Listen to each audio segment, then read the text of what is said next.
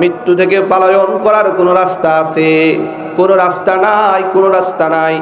আল্লাহ তাআলা সূরা জুমআর ৮ নম্বর আয়াতের মধ্যে বলেন, কুল ইন্নাল মাউতাল্লাযী তাফিররুনা মিনহু ফাইন্নাহু মুলাকীকুম সুম্মা তুরাদ্দুনা ইলা আলিমিল গায়বি ওয়াশ শাহাদা।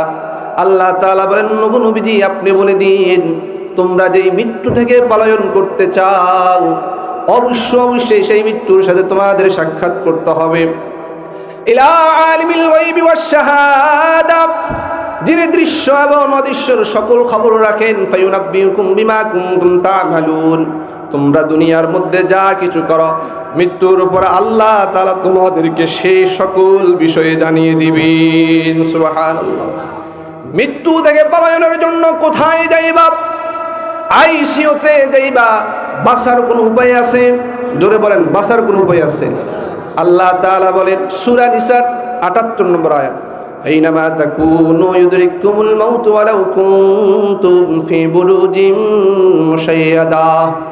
মৃত্যু থেকে পলায়ন করে কোথায় যাইবা? যদি সুদৃঢ় দুর্গ হয়, ওই দুর্গের মধ্যে যদি অবস্থানও করো, সেখানেও তোমাদেরকে মৃত্যুবরণ করতে হবে। মৃত্যু থেকে পলায়নের কোনো জায়গা নাই। মানুষকে ডাক্তার বলে আইসিইউতে রাখলেও বাঁচবে না, তাকে সিঙ্গাপুরে নিয়ে যান। দেখবেন সে বাংলাদেশ থেকে বাঁচানোর জন্য সিঙ্গাপুরে নিয়ে যাওয়া হয়, গিয়ে দেখে সিঙ্গাপুরে সে মারা যায়। ঠিক কিনা? বলে বাংলাদেশে বাঁচানো যাবে না, ভারত নিয়ে যান। এবার ভারত নিয়ে গেলে সেখানে সে মারা যায়। কারণ একজন মানুষের মৃত্যু, তার মরণ কোথায় লেখা থাকে কেউ জানে না। আল্লাহ তাআলা বলেন, মানুষের মৃত্যু কোথায় লেখা থাকে জানেন কে? আরো জোরে বলেন, কে? আল্লাহ।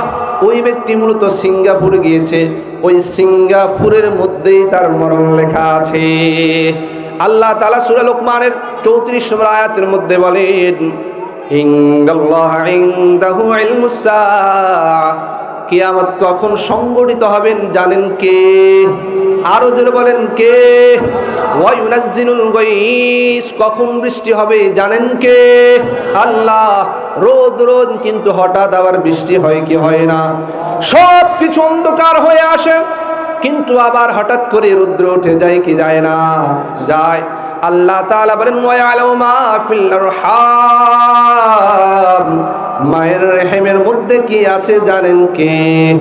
আরো জোরে বলেন, কে? অনেকে বলতে পারেন, হুজুর এখন তো মায়ের রেহেমে কি আছে আমরা পরীক্ষা নিরীক্ষা করে বুঝি। শুধু এই কথা নয়, বরং মায়ের রেহেমে যেই সন্তান রয়েছে, এই সন্তান বড় হলে ভালো হবে না খারাপ হবে জানেন কে? ভালো জানেন কে?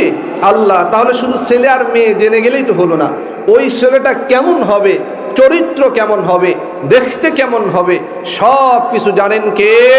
আল্লাহ। আল্লাহ তাআলা বলেন, ওয়ামা তাদরি নাফসুম মাযা তাকসিবু গাদা, আগামীকাল কি উপার্জন করবে, রিজিক কি আছে জানেন কে? আল্লাহ। এরপর আল্লাহ তাআলা বলেন, ওয়ামা তাদরি নাফসুম বিআইয়ি আরদিন তামুত, কোন জমিনে কোন জায়গায় তোমার মৃত্যু হবে জানেন কে? আল্লাহ। এই জন্য নিজেকে বাঁচানোর জন্য সিঙ্গাপুর যায়, নিজেকে বাঁচানোর জন্য ইটালিতে যায়, কিন্তু আসলে ইটালিতে তার মরণ লেখা আছে। এই জন্য ডাক্তাররা তারা ইটালিতে পাঠায়। ঠিক কিনা? জোরে বলেন, ঠিক কিনা? এই জন্য মৃত্যু থেকে পলায়ন করার কোনো সুযোগ নাই।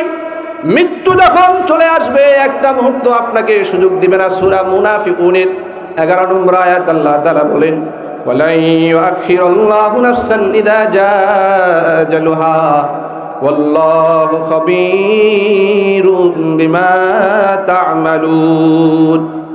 আল্লাহ তাআলা বলেন, মানুষের যখন মৃত্যুর নির্দিষ্ট সময়ে চলে আসবে, মৃত্যুর যখন নির্দিষ্ট সময় চলে আসবে, এক মুহূর্ত তাকে ছাড় দেওয়া হবে না, এদিকেও যাবে না ওই দিকেও যাবে না। সূরা আরাফের ৩৪ নম্বর আয়াত আল্লাহ তাআলা বলেন, ওয়ালিকুল্লি উম্মাতিন আজাল ফাইযা জাআ আজালুহুম লা ইস্তাখিরুনা সাআতান ওয়া লা ইস্তাকদিমুন।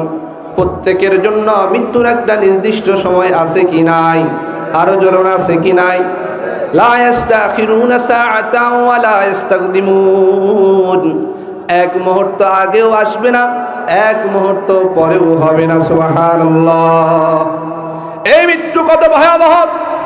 মূল আলোচনার দিকে আসেন, মূল আলোচনা ভালো করে বুঝেন।